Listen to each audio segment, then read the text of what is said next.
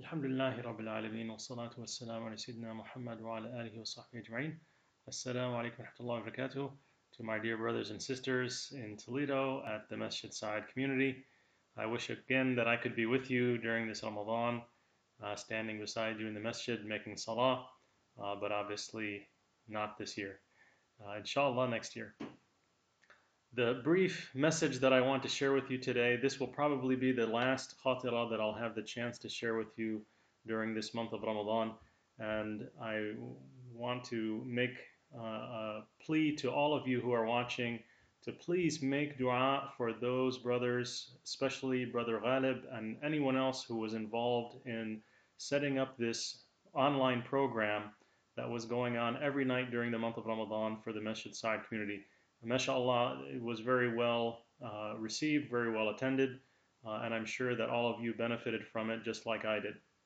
So please make dua for all of those volunteers, community members, staff that were involved in putting those together. It's important for us to be thankful so that inshallah Allah subhanahu wa ta'ala will be generous with us and share his rewards with us as well. The very brief message that I want to share with you today has to do with preparing for Eid, the day of Eid. Obviously, Eid is very close, only a few days away. We're in the last few days of Ramadan, and so we're already starting to think about Eid and making preparations for Eid. And of course, we recognize that this year Eid is going to be very different. It's not going to be the same type of Eid where we can go to the masjid and greet each other with hugs and kisses and pray together the Salat al-Eid and listen to the khutbah of the Imam. This is going to be a very different year for us. And although we might be tempted to be sad or to feel like we're missing out on something that we've become used to year after year, I want to remind you and remind myself that the day of Eid is not a day to be sad. It's something that we should look forward to no matter what, and it's something that we should celebrate and be happy on that day no matter what, especially with our families, our children. If you have children at home, your husband, your wife, this is a day to be happy and to be celebrating. And clearly, we've learned a lot having gone through this COVID crisis. And with the whole world having been turned upside down, we've learned a lot about what really is important and the meaning behind all of those things that became habits for us. So Eid is the same way. We got used to Eid being the day that we have a feast and we celebrate that, oh, today we don't have to fast, we get to eat. We celebrate getting together at the masjid and seeing all of our brothers and sisters and again giving each other hugs and getting excited. And this has become the Eid for us. And going and doing ziyarat and going to people's houses and visiting, this is what the meaning of Eid became for us. But let's remember that the true meaning of Eid did not depart us. Even though COVID has taken away these chances that we usually have year after year to be together and to pray in the masjid, etc., COVID took that away, but it didn't take away the true meaning of Eid. The true meaning of Eid is still there, and the reason for celebration is still there. The day of Eid is the day that we celebrate the conclusion of the beautiful gift that Allah subhanahu wa ta'ala gave us in the form of Ramadan. This beautiful opportunity that Allah subhanahu wa ta'ala gave us to earn His pleasure, to ask for His forgiveness, to wipe away our sins, to increase the good deeds in our scales so that when we meet Allah subhanahu wa ta'ala, inshallah, He will be pleased with us, and inshallah, out of His mercy and grace, He will give us Jannah. So this is why we celebrate on the day of Eid.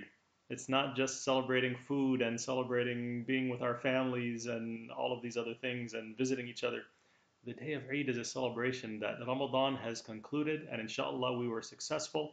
And if we have husn al-dhan in Allah, that He accepted it from us and that His rewards for the measly, if you think about it, the measly inadequate deeds that we did during the month of Ramadan. What does it mean to Allah subhanahu wa ta'ala? What does it mean to the creator of the heavens and the earth, the owner of everything in existence, the creator of everything in existence? Those little deeds that we did during Ramadan, no, Allah subhanahu wa ta'ala, He does appreciate them. To Allah subhanahu wa ta'ala, it means so much because Allah subhanahu wa ta'ala loves us so much. Just like when one of your children, if you have children, you understand this. Whenever one of your children brings something home from school and says, Mama, Baba, I made this for you. It may be something silly, it may be, kind of funny looking, and you can't even tell what it is sometimes, but you love it because you love your child. And in the same way, Allah subhanahu wa ta'ala loves us. So no matter what we do, even if it's small, if we do it with sincerity and we do it with our heart and with our intention being pure, Allah subhanahu wa ta'ala will love that from us and reward us for it. This is what we celebrate on the day of Eid. We celebrate the love that Allah subhanahu wa ta'ala had for us, that He gave us Ramadan. And even though we know that what we did during Ramadan and what we accomplished during Ramadan was something so small compared to Allah subhanahu wa ta'ala's greatness and what He deserves from us, we know that Allah subhanahu wa ta'ala, because we know Allah subhanahu wa ta'ala, we know that Allah subhanahu wa ta'ala appreciates it and will reward it. This is why we celebrate on the day of Eid. COVID and nothing else can take that away from us.